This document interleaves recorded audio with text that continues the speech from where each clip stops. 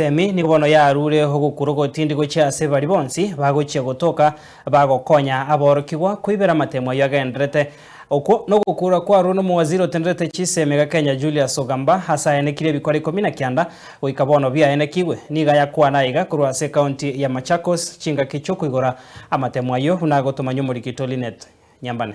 The 2025 KCSE examinations, now at an advanced stage, have been progressing well. Today is a particularly important day for candidates who will be sitting for the chemistry practical examinations. This paper requires precision and strict adherence to procedure, and I commend the many teachers and laboratory technicians who have worked tirelessly to prepare students for this practical experience. OMOWAZIRI bw'ekisemi imeyense Julius Migosi Ogamba AENEKIRIE ebikore 19 Bw'Amatemwa a KCSE ayuagenderete imeyense gukwana kurwa ase county ya Machakos emambia yerit koria rero chinga kiari kuigora rigogiria Amatemwa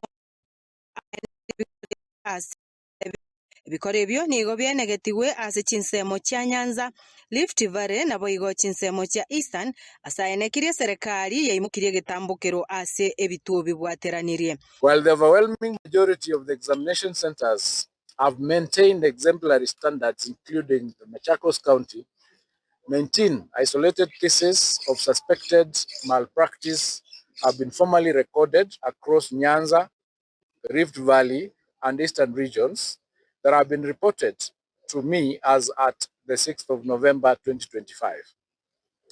These incidents primarily involve the misuse of electronic devices, unauthorized materials, early exposure in partnership. In every instance, decisive action has been taken, which include replacement center managers, supervisors, and invigilators, arrest and prosecution of over 22 individuals by the Directorate of Criminal Investigations, seizure of mobile phones and photocopying materials, and deployment of NEC officers for direct oversight. 3 centers have received formal NEC warning letters requiring compliance reports by Monday, 12th of November 2025.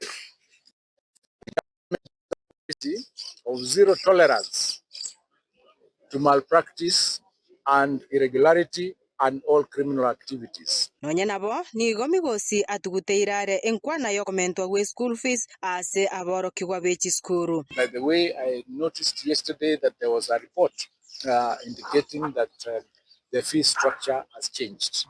Let me take this opportunity to inform the country that the fee structure in this new education system has not changed. The fee structure remains as stipulated in the Kenya Gazette of 2015.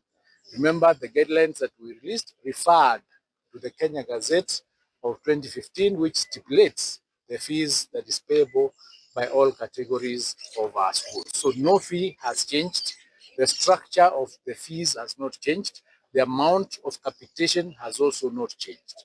We are paying 1,500 for primary, 15,000 for junior school, and 22,240 for senior school or for secondary schools. So that fee has not changed. That was a misunderstanding of the guidelines. Arenayo nigo ukuborigwa kwa ruru gochia ase wizara yetsemi meyense kurigereria boya ekerengo kya maborio asa Amatemwa amanene yaborokigwa be grade kya 5 nomo ukunukuboria kurwa ase abatalamu b'ekisemi sebatebire amaborio aborokigwa bubaboretigwe nigo arenga yekerengo kigoro naigo nabwenerete kurigererigwa. The improvement that would encourage to be done in CBC, maybe the KICD to relook in the content, because when you look at the content for the junior school, is a bit complex as compared to the level of the learners. You know, these are our African children, and we know what they can do and what they can't do. For instance, when you look at the mathematics paper that has been done this year, it was a bit complex for them. Ngoripoteria Ensoko TV kurwa ase Omocho Nairobi erietariane Linet Nyambane.